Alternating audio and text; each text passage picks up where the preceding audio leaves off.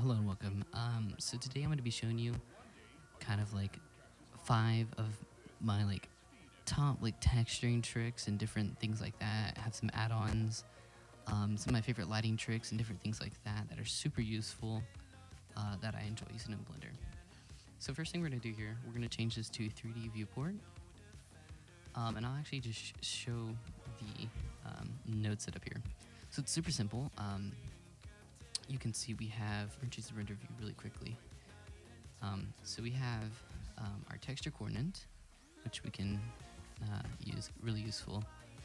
And what that's going to do is kind of change the way the textures look, like kind of change the location of them, which is super useful. So with this right here, this is the color ramp, which is used to change all of the roughness on the ground and how reflective it is. And I actually did a tutorial on how to set this up on my YouTube channel. So if you want to learn how to make this texture, just hop onto the most recent tutorial. And then we have our noise texture, which is going to actually make kind of the roughness be more random instead of it being really linear in lines. So that's going to help it be really rough, and it's also going to change the more matte parts, like what I have selected here, and to make it more look a little bit more matte, and also have a little bit of displacement in the middle of it for so it'd be a little bit shiny. And then the color ramp here pretty much just change the roughness, because it's connected to roughness, and it's just going to kind of make it look a little bit like water almost. So you can see here in the center, it makes it a little bit more kind of shiny in some of the little matte areas. Yeah, pretty much how you do the floor.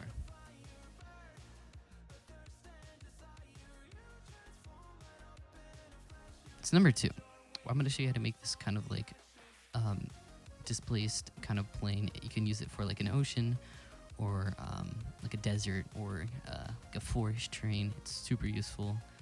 And you can change the depth to kind of make it look like more sand dunes, or really whatever you want. And this is a super useful little displacement trick, so I'm going to show you how to do this. Alright, first thing you're going to do here is going to add in a plane. You're going to right click and subdivide this. You're going to set this to 10. I know I just set it to 8, but we'll set it to 10 real quick. So you can see we need to set it technically to 13 or 14. But it's only going to change the number of counts to about 10, so just subdivide it 2 more times. Now press S and 5 to scale. We're going to go to our add modifiers, press displays, click new, and then there's 2 little buttons right here. We're going to click that, click image or movie, and then select clouds. So now we have this really rocky plane, and that's not what we want. So I'm going to show you how to fix that. So what you're going to do, on your depth, just turn that all the way up, and it's going to just kind of shrink it down a little bit.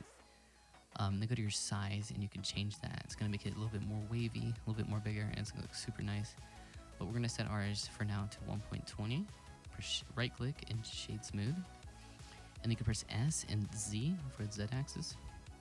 I'm going to subdivide that one more time, and you're going to kind of flatten it just a little bit so it looks more, so you don't have as wide of a terrain. Move this in front of the camera just a little bit more, and then you can press R and Z to rotate, which is super useful. And yeah, that's pretty much how you make this scene. It's super simple. You can use it for a forest, a desert, an ocean, really whatever you want, and it looks super nice.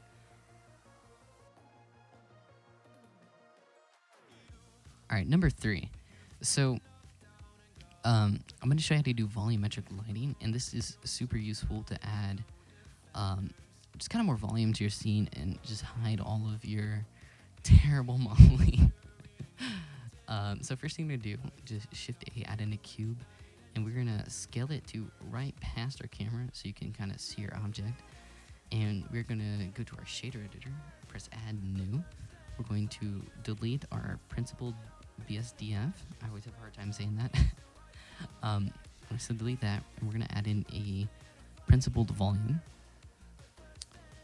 And what this is going to do is going to have a really editable kind of volume metrics, and that's going to be super helpful. So select the volume to the volume, and then what you're going to do, you're just going to change the density because it's going to get really, really dark. You know, that's not what we want. We want to see our scene. So change it to 0.05 or 1, really whatever suits you best. And as you can see now, we have a little bit of a difference on the bottom right. You can see the difference between the two. Number 1 has a big like fall off area, but not as much volume. And the volume really helps the scene look really nice. And you can add another kind of light. A good example is you can shrink it down and make it look like a lamp, like in a dusty room or a foggy room. You know, it adds some really nice volume to the scene. Just really kind of fills it in a little bit. So you can do that, and that's super useful. And I'm going to show you another way. So let's move this second one over here. So we don't need that. And then I'm going to show you another way to do it, and that's going to be using the world settings. So let's move our lights over really quickly. Perfect. And let's hide our taskbar, wherever this thing is, our header. Alright, perfect. So that's what it looks like right now. We have like a nice little spotlight, it almost looks like. So it's super nice. Okay, so perfect. We're going to get rid of our cube, and then we're going to replace this in the world settings. So change it from object to world. We're going to search up volume scatter. So once you get volume scatter, add that in. Make sure nothing's connected to the color, density, or anything else. And then connect the volume to the volume on the world output, and then change the number to 0.01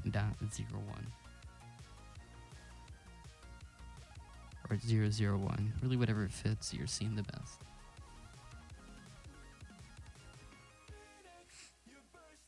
Alright, so now you can see it's a little bit different, not by much. It's more of a simpler version of the principled volume, just so if you want like a quick thing for a cycle scene. And I do recommend using principled volume for cycles, just because you can edit it a little bit better.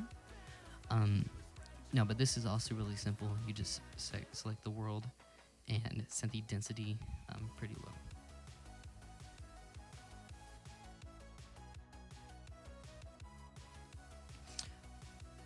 Alright, number 4. So this is actually an add-on called BlendKit. I will leave a link in the description for this add-on. And this is a completely, there is a paid version, there's also a free version, but I'm using the free version at the moment. But this is a completely free add-on for Blender, which you can use, and it has a ton of really high quality assets, especially for free asset library. It's an add-on, you know. There's textures, HDRIs, and there's full scenes you can load in, so it's super useful. I highly recommend this.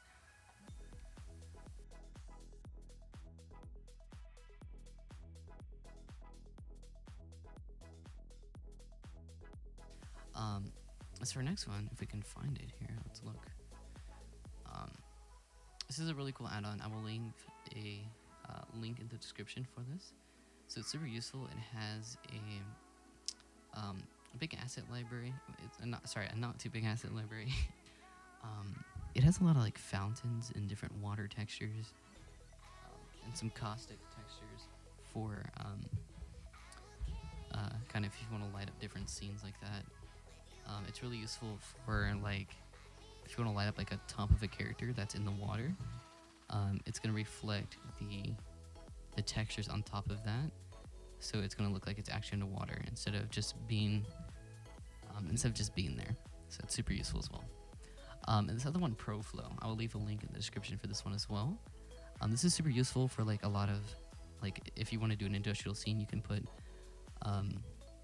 you kind of weld like different boxes and things together, as well as like the screws and different things like that, different caps. These are again useful for industrial scenes.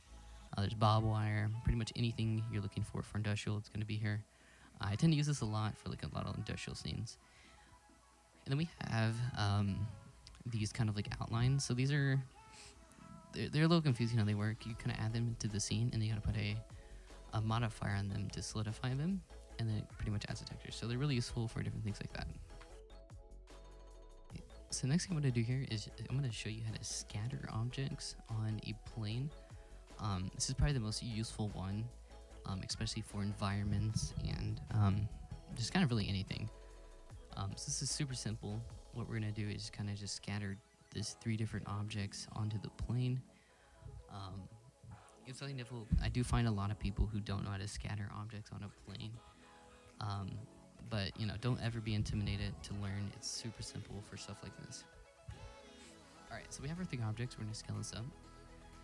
And you're going to want to go to physics properties, I think that's what it's called, or particle properties. So it's going to be right here under our add modifiers. So yeah, so it's particle properties. Press the plus sign. And it's going to be default set to emit. We're going to select hair. So it looks like we have the wrong object selected. That's fine. We're going to just press the minus sign and select our plane. So make sure you have the plane selected. Press the plus sign, press hair. The hair length doesn't matter, but I'm going to just kind of bring it down so it's not in our way at the moment. So click render, click path, select object, and right where it says the object, select the little tab, and then select the object you want to emit, or you want to scatter across the plane. It's super useful because you can also do scale randomness. You can go to advanced options, go to rotation, and you can rotate it kind of whatever you want. You do have to select the axis, which is something I didn't do here. So once you do that, you can change, it on the X, Y, and Z, which is super useful, especially if you're doing like trees or plants or anything like that. Another thing you can do here is scale randomness. So you can kind of randomize the scale so they're all a little bit different, because you never want anything to repeat the same scale. It's not what you want. So yep, I'm going to show you to add a new object. So what you do, just press the plus sign, or just make sure you select your object first. So just really whatever object you want here. You just have to select, press your, which is going to be the plane. So we have particle system 1 and then particle system 001. It's going to be set to default emit. We're going to set this to hair. And we can change the seed and the number just a little bit because we don't want it to kind of set in the same area. So we're going to do the same thing. Make sure you have show emit on. Select object, scale randomness, and so once you have your object, you can do scale randomness and then select the object you want emitted on the plane. So this is a good example right here for these, how you can kind of change these on the axis. So if you want them all pointing up, down, left, right, really whatever you want. So go to advanced, go to rotation, and then go to versus hair and just change it to the for the Y to point straight up. So this is very useful, especially if you have like trees or plants. You can also change these, like the randomize. So this is also really useful. So if you want to make, say you have trees, you can kind of point them all in different directions just a little bit. And you can change the kind of density of that. Alright, so on to our next object. Again, it's just the same thing. Press plus, you go to object, change from path to object. You can change the scale randomness, select your object, and yeah, I hope that was useful. This was kind of 5 of my favorite little things that I use a lot in Blender. Add-ons, textures and lightings, a little bit of modeling tricks. But yeah, I hope you all enjoyed.